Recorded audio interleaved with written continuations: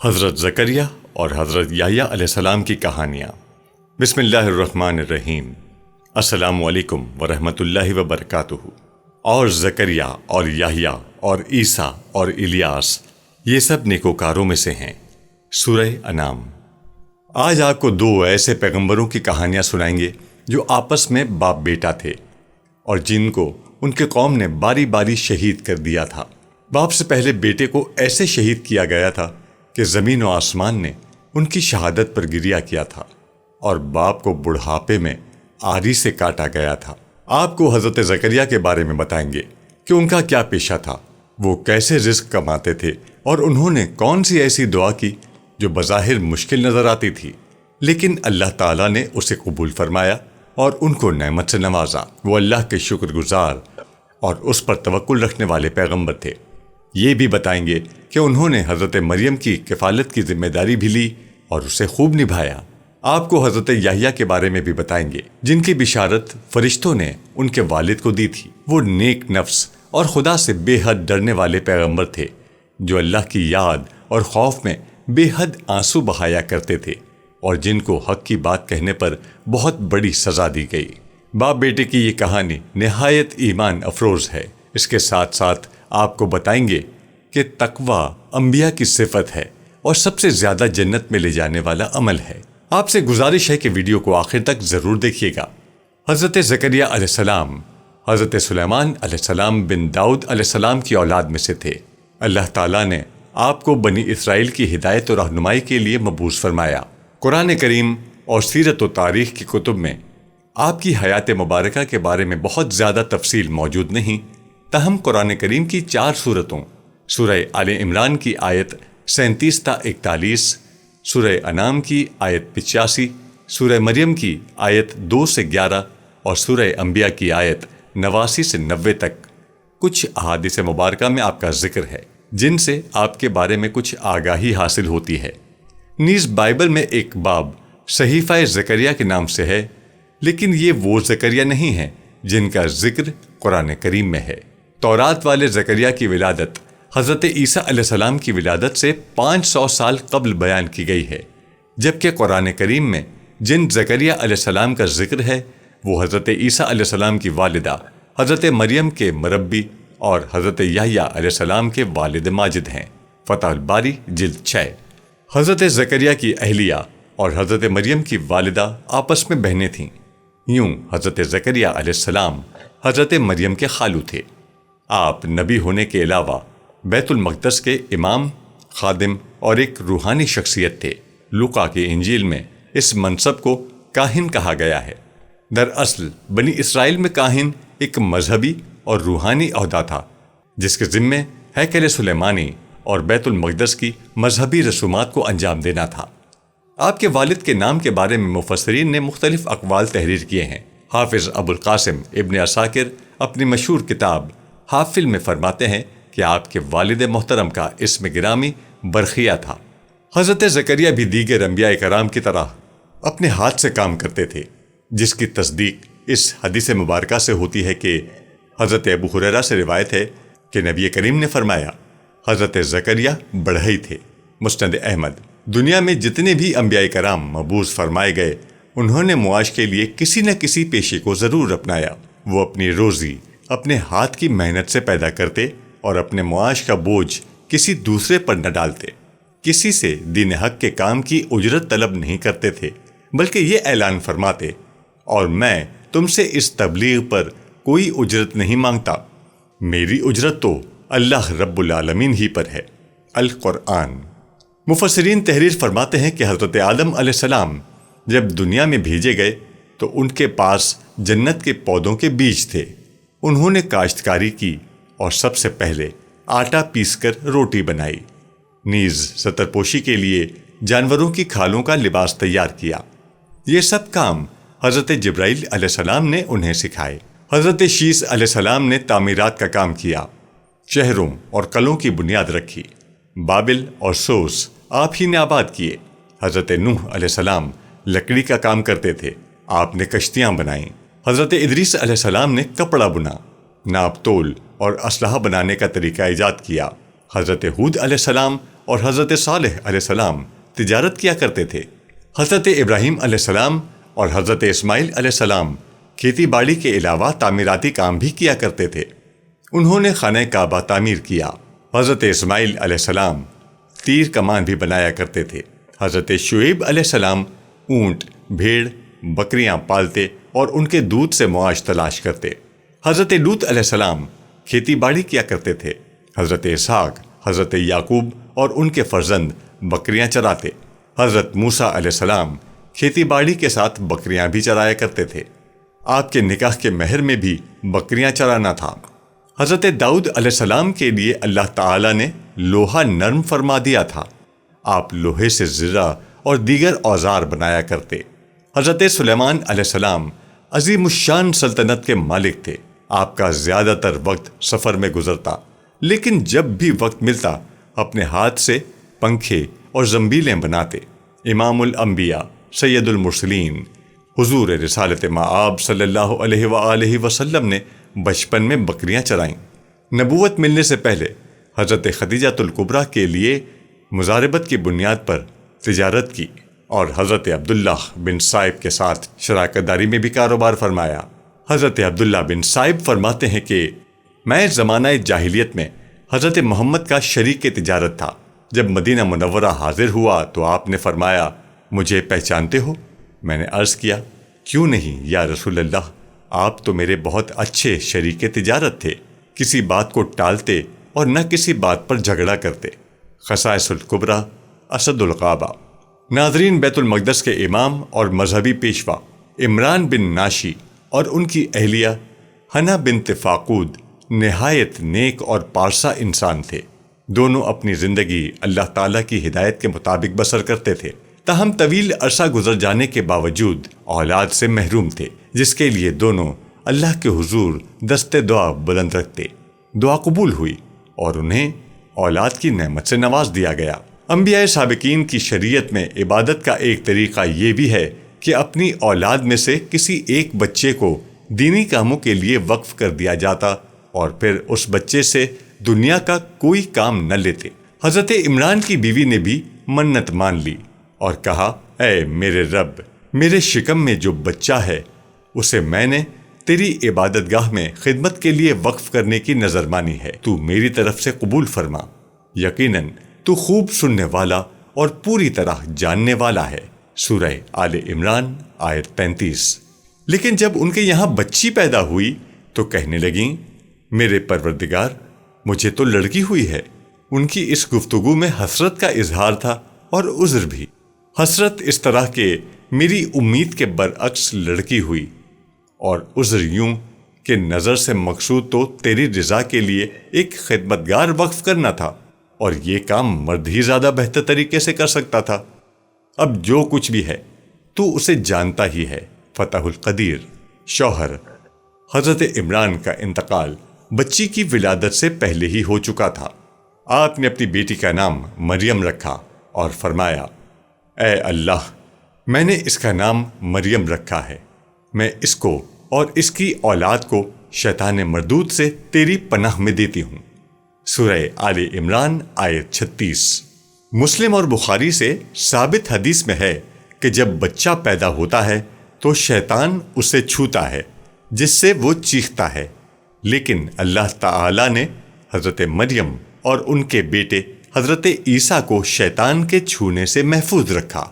والدہ اپنی نظر پوری کرنے کی نیت سے نومولود مریم کو لے کر بیت المقدس پہنچی۔ وہاں مسجد کے مجاور خادم اور کاہن موجود تھے، جن میں حضرت زکریہ علیہ السلام بھی شامل تھے۔ حضرت مریم کی والدہ نے کہا، اس بچی کے متعلق نظر مان چکی ہوں، اب یہ بیت المقدس کی خدمت کے لیے آپ لوگوں کے پاس رہے گی۔ چونکہ وہ حضرت عمران کی بیٹی تھیں جو مسجد کے امام اور ایک روحانی بزرگ تھے، لہٰذا سب کی خواہش تھی کہ بچی اسے مل جائے۔ حضرت زکریہ علیہ السلام کا کہنا تھا کہ بچی کی ماں اور ان کی اہلیہ سگی بہنیں ہیں، نیز خالہ بمنزلہ ماں کے ہوتی ہیں، اس لیے بچی کی پرورش پر ان کا حق زیادہ ہے۔ تاہم دیگر افراد اس پر راضی نہ ہوئے تو قرآن اندازی کا فیصلہ کیا گیا۔ جس پر تینوں بار قرآ حضرت زکریہ علیہ السلام ہی کے نام نکلا۔ یوں اللہ تعالیٰ نے آپ کو حضرت مریم کا سرپرست بنا دیا۔ آپ نے بڑے ذوق و شوق سے ان کی پرورش شروع کر دی۔ انہوں نے حضرت مریم کو اپنے گھر ہی میں رکھا، لیکن جب وہ ذرا سمجھدار ہو گئیں تو انہیں مسجد سے متعلق ایک حجرے میں منتقل کر دیا، جبکہ رات کو وہ اپنی خالہ ہی کے پاس آ کر سو جایا کرتی تھیں۔ حضرت زکریہ علیہ السلام جب حجرے سے باہر جاتے تو حفاظت کے نقطہ نظر سے باہر سے قفل لگا دیا کرتے تھے، لیکن جب واپس آتے تو یہ دیکھ کر حیران رہ جاتے کہ حضرت مریم کے پاس بے موسم کے نہایت اعلیٰ قسم کے پھل اور میوہ جات موجود ہوتے۔ آپ نے ایک دن تعجب اور حیرت سے پوچھا، اے مریم، یہ روزی تمہارے پاس کہاں سے آتی ہے؟ وہ بولیں، اللہ کے یہاں سے آتی ہے۔ بے شک اللہ جسے چاہتا ہے بے شمار رزق عطا کرتا ہے۔ سورہ آل عمران۔ یہ ایک لحاظ سے حضرت مریم کی کرامت تھی۔ حضرت زکریہ کی اہلیہ عیشا بانجھ تھیں، جس کی وجہ سے وہ بے اولاد تھے۔ دونوں بوڑھے ہو چکے تھے اور ظاہراً اولاد ہونے کے امکانات بھی ختم ہو چکے تھے۔ لیکن جب حضرت زکریہ علیہ السلام نے حضرت بی بی مریم کے پاس بے موسمی نہایت اعلیٰ قسم کے پھل دیکھے تو آپ کے ذہن میں خیال آیا کہ جب میرا رب بے موقع پھل عطا کر سکتا ہے تو اس کے لیے اولاد دینا کیا مشکل ہے۔ اولاد کی خواہش نے دعا کا روپ دھار کر اللہ کے حضور مانگنے کی ہمت پیدا کر دی، اور پھر بے اختیار ان کے لبوں پر یہ دعا آ گئی، اے میرے پروردگار، مجھے اپنی جانب سے اولاد صالح عطا فرما، تو بے شک دعا سننے اور قبول کرنے والا ہے۔ سورہ آل عمران آیت 38۔ اللہ رب العزت نے اپنے محبوب نبی کی اس دعا کو قبول فرمایا اور فرشتوں کو حکم دیا کہ فوری جاؤ اور میرے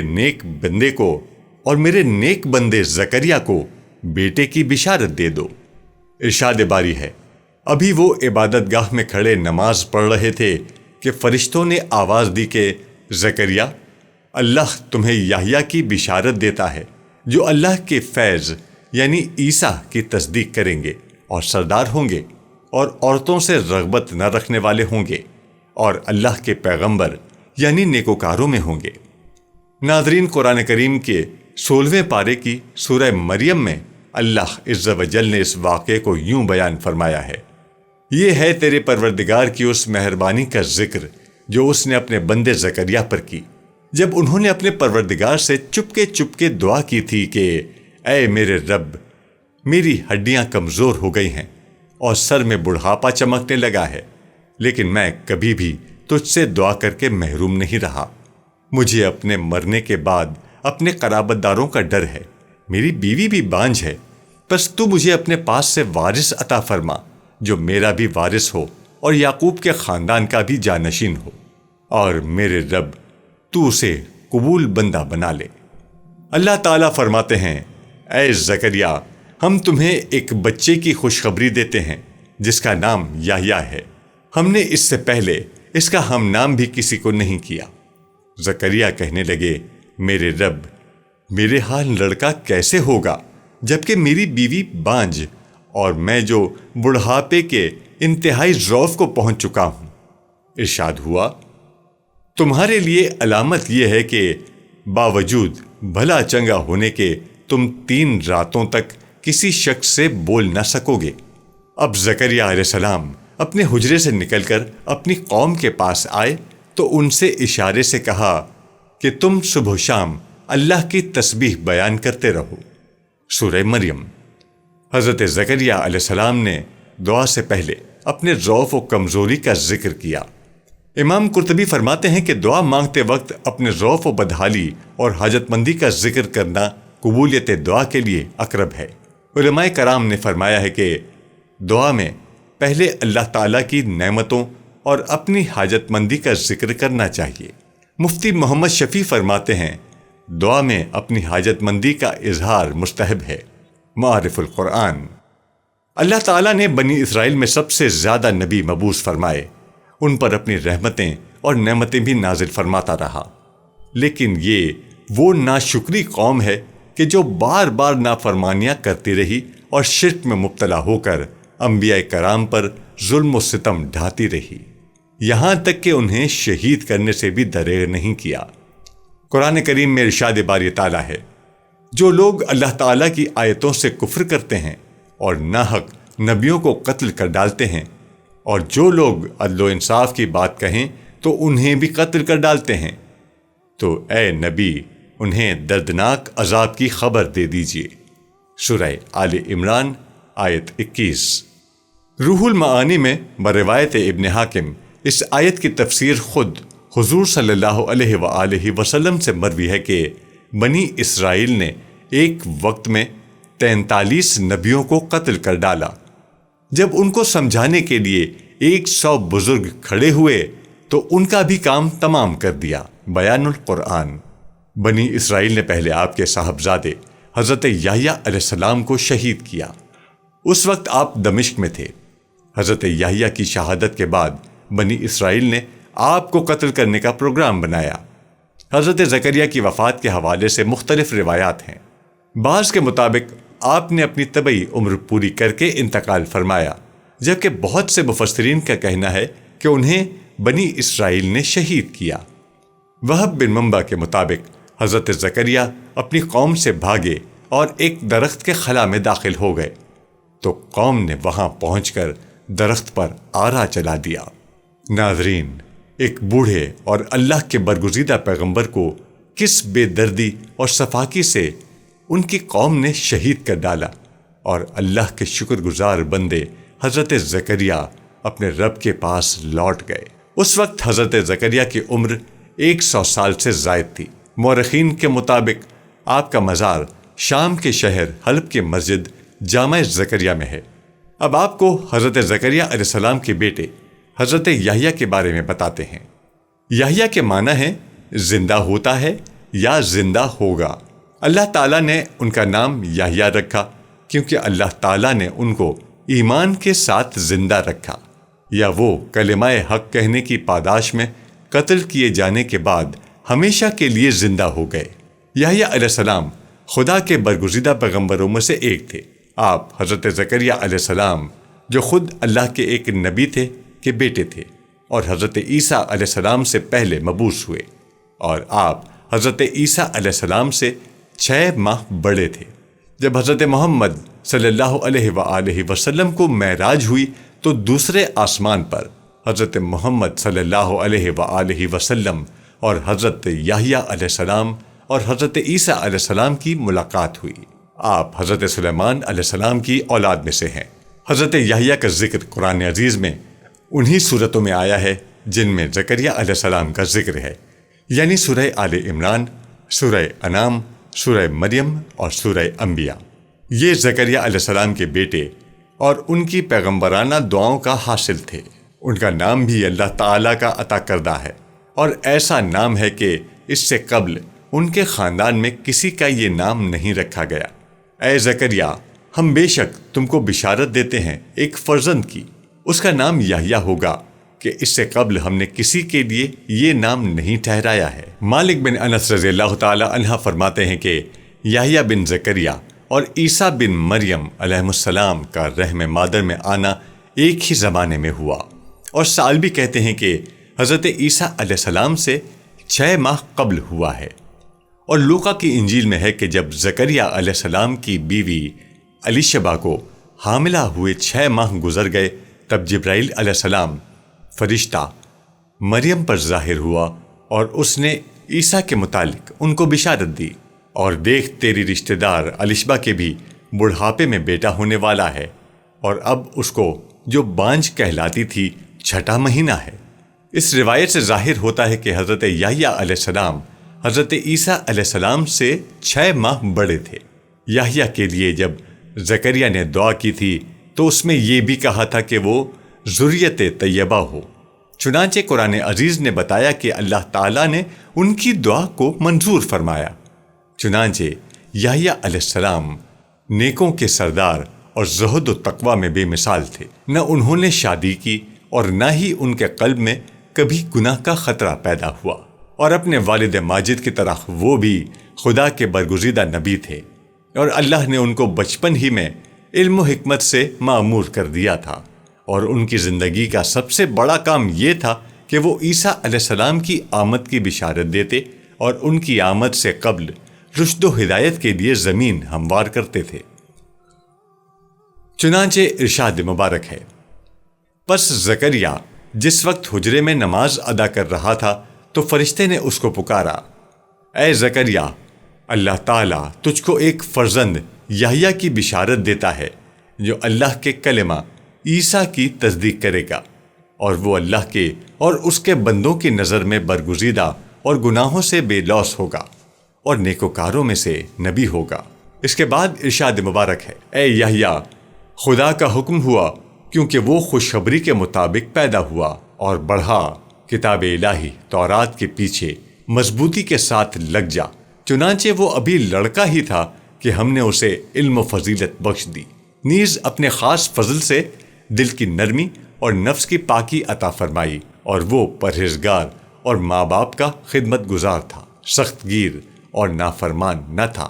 اس پر سلام ہو، یعنی سلامتی ہو، جس دن پیدا ہوا اور جس دن مرا اور جس دن پھر زندہ کیا جائے گا۔ ولادت باسعادت کی بشارت کے بعد قرآن نے یحییٰ علیہ السلام کے بچپن کے ان واقعات کو نظر انداز کر کے جو اس کے مقصد سے غیر متعلق تھے یہ ذکر کیا ہے کہ خدا نے یحییٰ کو حکم دیا کہ وہ اس کے قانون تورات پر مضبوطی سے عمل کریں اور اسی کے مطابق لوگوں کو ہدایت دیں، اس لیے کہ یحییٰ علیہ السلام نبی تھے، رسول نہ تھے، اور تورات ہی کی شریعت کے پابند تھے۔ اور ساتھ ہی اللہ تعالیٰ نے یہ بھی بتایا کہ ہم نے عام بچوں کی زندگی سے جدا ان کو بچپن ہی میں علم و فضیلت بخش دیے تھے تاکہ وہ جلد ہی نبوت کے منصب پر فائز ہو سکیں۔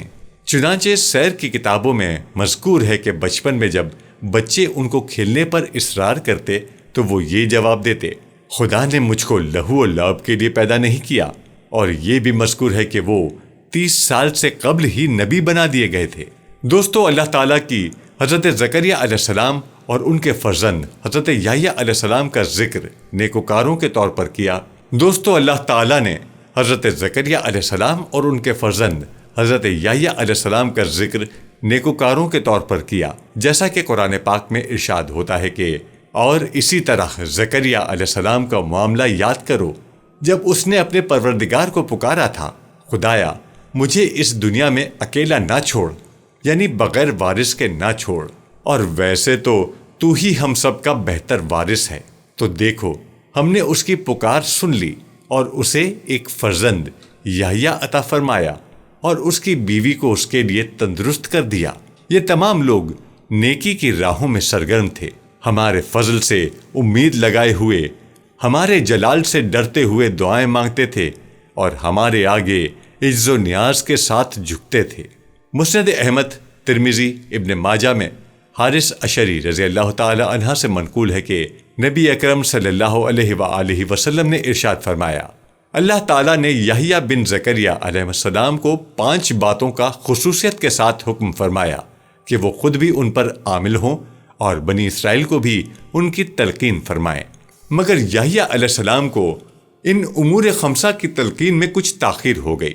تب عیسیٰ علیہ السلام نے فرمایا، میرے بھائی، اگر تم مناسب سمجھو تو میں بنی اسرائیل کو ان کلمات کی تلقین کر دوں جن کے لیے تم کسی وجہ سے تاخیر کر رہے ہو۔ یحییٰ علیہ السلام نے فرمایا، بھائی، میں اگر تم کو اجازت دے دوں اور خود تعمیل حکم نہ کروں تو مجھے خوف ہے کہ کہیں مجھ پر کوئی عذاب نہ آ جائے یا میں زمین میں دھسا نہ دیا جاؤں، اس لیے میں ہی پیش قدمی کرتا ہوں۔ چنانچہ انہوں نے بنی اسرائیل کو بیت المقدس میں جمع کیا، اور جب مسجد بھر گئی تو وعظ بیان کیا اور ارشاد فرمایا کہ اللہ تعالیٰ نے مجھ کو 5 باتوں کا حکم کیا ہے کہ میں خود بھی ان پر عمل کروں اور تم کو بھی عمل کی تلقین کروں، اور وہ 5 احکام یہ ہیں۔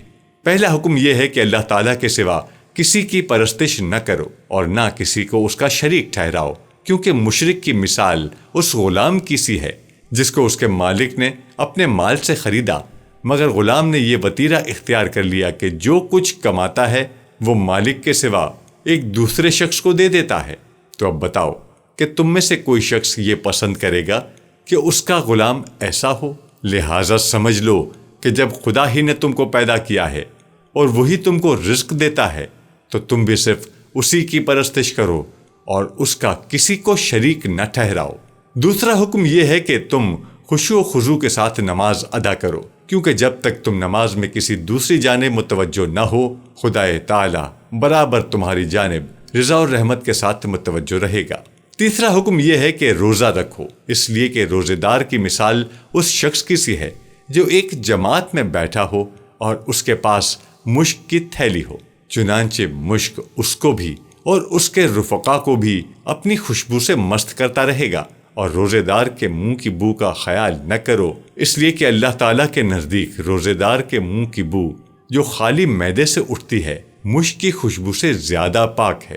چوتھا حکم یہ ہے کہ مال میں سے صدقہ نکالا کرو، کیونکہ صدقہ کرنے والے کی مثال اس شخص کی سی ہے جس کو اس کے دشمنوں نے اچانک آ پکڑا ہو اور اس کے ہاتھوں کو گردن سے باندھ کر مقتل کی جانب لے چلے ہوں، اور اس نا امیدی کی حالت میں وہ یہ کہے کیا یہ ممکن ہے کہ میں مال دے کر اپنی جان چھڑا لوں، اور اسبات میں جواب پا کر اپنی جان کے بدلے سب دھن دولت قربان کر دے۔ اور پانچواں حکم یہ ہے کہ دن رات میں کثرت سے اللہ کا ذکر کرتے رہا کرو، کیونکہ ایسے شخص کی مثال اس شخص کی سی ہے جو دشمن سے بھاگ رہا ہو اور دشمن تیزی کے ساتھ اس کا تعاقب کر رہا ہو، اور وہ بھاگ کر کسی مضبوط قلعے میں پناہ گزین ہو کر دشمن سے محفوظ ہو جائے۔ بلا شبہ انسان کے دشمن شیطان کے مقابلے میں ذکر اللہ کے اندر مشغول ہو جانا محکم قلعے میں محفوظ ہو جانا ہے۔ اس کے بعد نبی اکرم صلی اللہ علیہ وآلہ وسلم نے صحابہ کرام رضوان اللہ علیہم اجمعین کی جانب متوجہ ہو کر ارشاد فرمایا، میں بھی تم کو ایسی 5 باتوں کا حکم کرتا ہوں جن کا خدا نے مجھ کو حکم کیا ہے، یعنی جماعت کی پیروی، سمع اور طاعت، ہجرت اور جہاد فی سبیل اللہ۔ پس جو شخص جماعت سے ایک بالشت باہر نکل گیا، اس نے بلا شبہ اپنی گردن سے اسلام کی رسی کو نکال دیا، مگر یہ کہ جماعت کا لزوم اختیار کرے۔ اور جس شخص نے جاہلیت کے دور کی باتوں کی طرف دعوت دی تو اس نے جہنم کو ٹھکانہ بنایا۔ حارث اشعری رضی اللہ تعالی عنہ کہتے ہیں، کہنے والے نے کہا، یا رسول اللہ، اگرچہ وہ شخص نماز اور روزے کا پابند ہی ہو تب بھی جہنم کا سزاوار ہے؟ فرمایا، ہاں، اگرچہ وہ نماز اور روزے کا پابند بھی ہو اور یہ سمجھتا ہو کہ میں مسلمان ہوں تب بھی سزاوار جہنم ہے۔ حضرت یحییٰ علیہ السلام بے حد حلیم، رقیق القلب، پاک باز، عابد و متقی، استغنا و قناعت سے سرشار، شرم و حیا کے پیکر اور شیریں کلام تھے۔ نہایت سادہ زندگی بسر کرتے، غذا بقدر ضرورت اور لباس اتنا ہوتا جو ستر پوشی کے لیے کافی ہو۔ انہیں جنگل و بیابانوں سے محبت تھی، زندگی کا زیادہ تر حصہ وہیں گزارا جہاں درختوں کے پتے اور شہد بطور غذا تناول فرماتے، پیاس لگتی تو نہر سے پانی پی لیتے۔ زندگی بھر شادی نہیں کی۔ حضرت عیسیٰ اون کا لباس پہنتے جبکہ حضرت یحییٰ جانوروں کے بالوں کا لباس زیب تن کرتے۔ درہم و دینار تھے، نہ کوئی غلام یا باندی، کوئی مخصوص ٹھکانہ بھی نہیں تھا، جہاں رات ہو جاتی وہیں بسر کر لیتے۔ حضرت جبرائیل امین جنگل ہی میں وحی لے کر حاضر ہوئے۔ حضرت ربیع بن انس فرماتے ہیں کہ حضرت عیسیٰ علیہ السلام کی نبوت سب سے پہلے تسلیم کرنے والے حضرت یحییٰ تھے۔ حضرت ابن عباس سے مروی ہے کہ رسول اللہ نے فرمایا، اولاد آدم میں کوئی ایسا نہیں ہے جس سے گناہ سرزد نہ ہوا ہو سوائے حضرت یحییٰ کے۔ مسند احمد۔ ایک روایت میں آتا ہے کہ حضرت زکریا کی شیطان سے بھی ملاقات ہوئی تھی۔ حضرت یحییٰ کی شیطان سے ملاقات کا تذکرہ ملتا ہے۔ ان روایات کے مطابق ایک دن حضرت یحییٰ نے شیطان کو ایک وحشت ناک شکل و صورت میں دیکھا جو کچھ عجیب و غریب ابزار اٹھائے ہوئے تھا۔ اس موقع پر آپ نے شیطان سے ان ابزار سے متعلق پوچھا۔ شیطان نے کہا، ان میں سے ایک مختلف انسانوں کو پھنسانے کے لیے ہے۔ حضرت یحییٰ نے شیطان سے پوچھا، تم کبھی مجھے بھی فریب دے چکے ہو؟ شیطان نے کہا، نہیں، لیکن آپ میں ایک خاصیت ہے جو مجھے بہت پسند ہے، اور وہ پیٹ بھر کر کھانا ہے، جس کی وجہ سے بعض اوقات صحیح طور پر نماز پڑھنے میں کامیاب نہیں ہوتے۔ حضرت یحییٰ نے اسی وقت فرمایا، اس کے بعد خدا سے عہد کرتا ہوں کہ ہرگز سیر ہو کر کھانا نہیں کھاؤں گا یہاں تک کہ خدا سے ملاقات ہو۔ ابلیس نے کہا، اس کے بعد میں بھی خدا سے عہد کرتا ہوں کہ کسی مومن کو نصیحت نہیں کروں گا یہاں تک کہ خدا سے ملاقات کروں۔ اس کے بعد وہ حضرت یحییٰ کے یہاں سے چلا گیا اور پھر کبھی بھی ان کے نزدیک نہیں آیا۔ حضرت یحییٰ کی وفات کے بارے میں مفسرین نے مختلف واقعات تحریر کیے ہیں جو یہود و نصارہ کی کتب سے لیے گئے ہیں۔ تاہم مفسرین کی اکثریت نے جس واقعے کو بیان کیا ہے وہ لوقا کی انجیل سمیت یہود و نصارہ کی کئی کتب میں درج ہے۔ اس کا خلاصہ یہ ہے کہ یہودیہ کا بادشاہ ہیرود ایک عیاش شخص تھا جس کی وجہ سے پورے ملک میں فسق و فجور پھیل رہا تھا۔ اس نے اپنے حقیقی بھائی فلپ کی بیوی ہیرودیاس کو بغیر نکاح اپنے گھر میں رکھا ہوا تھا۔ حضرت یحییٰ چونکہ نبی تھے اور دعوت حق کا فریضہ سر انجام دیا کرتے تھے، انہوں نے بادشاہ کی ان فحش حرکات کے خلاف آواز بلند کی، جس کے نتیجے میں انہیں گرفتار کر کے قید خانے میں ڈال دیا گیا۔ تاہم بادشاہ ان سے ڈرتا بھی تھا۔ وہ جانتا تھا کہ آپ اللہ کے نبی اور نیک و پارسا انسان ہیں، نیز عوام میں بڑی عزت ہے، لیکن بادشاہ کی داشتہ ہیرودیاس حضرت یحییٰ علیہ السلام کی تعلیمات کو اپنے اور اپنی جیسی دوسری بدکار عورتوں کے لیے بہت بڑا خطرہ سمجھتی تھی، چنانچہ وہ آپ کی جان کے در پہ ہو گئی۔ اسی اثنا میں بادشاہ کی سالگرہ کے سلسلے میں محل میں رقص و موسیقی کی محفل جمی، جس میں ہیرودیاس کی جوان سال خوبصورت بیٹی نے رقص کے ہیجان خیز تیر چلا کر بادشاہ کو اپنے جال میں پھانس لیا۔ بادشاہ نے خوش ہو کر اس سے کہا، مانگ، کیا مانگتی ہے؟ بیٹی نے اپنی ماں سے مشورہ کیا۔ وہ تو پہلے ہی ایسے موقع کی طاق میں تھی، لہٰذا بیٹی سے کہا، یحییٰ کا سر مانگ لے۔ بیٹی نے بادشاہ کے سامنے ادب سے جھک کر عرض کیا، اے بادشاہ سلامت، مجھے یحییٰ کا سر تھال میں رکھ کر منگوا دیجیے۔ بادشاہ یہ سن کر غمگین تو ہوا، مگر محبوبہ کی بیٹی کی فرمائش کیسے رد کر سکتا تھا؟ چنانچہ اس نے فوراً قید خانے سے حضرت یحییٰ کا سر کٹوا کر منگوایا اور ایک تھال میں سجا کر محبوبہ کی رقاصہ بیٹی کی نظر کر دیا۔ کہتے ہیں کہ دمشق کی جامع مسجد بنی امیہ کے ہال میں آپ کا سر مبارک دفن ہے۔ اموی خلیفہ ولید بن عبد الملک نے یہ مسجد تعمیر کروائی تھی۔ مورخین نے لکھا ہے کہ دوران تعمیر یہاں سے ایک غار دریافت ہوا۔ اطلاع ملنے پر خلیفہ خود غار میں داخل ہوئے تو دیکھا کہ ایک صندوق میں انسانی سر رکھا ہوا ہے اور صندوق پر تحریر ہے، یہ حضرت یحییٰ بن زکریا کا سر ہے۔ ان کا چہرہ اور بال اپنی اصلی حالت میں تھے، یوں لگتا تھا جیسے ابھی شہید ہوئے ہوں۔ روایات کے مطابق آسمان و زمین نے امام حسین اور یحییٰ دونوں پر گریہ کیا ہے۔ امام حسین کربلا کے راستے میں حضرت یحییٰ اور ان کی شہادت کو یاد کرتے تھے۔ البتہ بعض جگہ پر آسمان و زمین کے گریہ کرنے کی تفسیر یوں بیان کی گئی ہے کہ ان دونوں شخصیات کی شہادت پر آسمان سے خون کی بارش ہوئی اور سورج کا رنگ سرخ ہو گیا۔ حضرت علی سے منقول ہے کہ آسمان و زمین نے فقط دو شخصیات کے لیے گریہ کیا ہے، اور وہ یحییٰ بن زکریا اور حسین بن علی ہیں۔ علماء تاریخ کا اس میں اختلاف ہے کہ یحییٰ علیہ السلام کا واقعہ شہادت کس جگہ پیش آیا۔ ایک قول یہ ہے کہ بیت المقدس میں ہیکل اور قربان گاہ کے درمیان ہوا، اور اس جگہ 70 انبیاء علیہ السلام شہید کیے گئے۔ سفیان ثوری نے شمر بن عطیہ سے یہی قول نقل کیا ہے۔ ناظرین، آخر پر آپ کو بتاتے ہیں کہ تقویٰ جو انبیاء کی صفت ہے وہ کیا ہے اور کیسے حاصل کیا جا سکتا ہے۔ اپنے آپ کو اپنے رب کی ناراضگی سے بچانا تقویٰ ہے۔ تقویٰ یعنی اللہ کا خوف تمام بھلائیوں کا مجموعہ ہے۔ اللہ تعالیٰ نے دنیا کے وجود سے لے کر قیامت تک آنے والے تمام انس و جن کے لیے تقویٰ کی وصیت فرمائی ہے۔ تقویٰ ہی کل قیامت کے دن نجات دلانے والی کشتی ہے۔ تقویٰ مومنین کے لیے بہترین لباس اور بہترین زاد راہ ہے۔ یہ وہ عظیم نعمت ہے جس سے دل کی بندشیں کھل جاتی ہیں، جو راستے کو روشن کرتی ہے، اور اسی کی بدولت گمراہ بھی ہدایت پا جاتا ہے۔ تقویٰ ایک ایسا قیمتی موتی ہے کہ اس کے ذریعے برائیوں سے بچنا اور نیکیوں کو اختیار کرنا آسان ہو جاتا ہے۔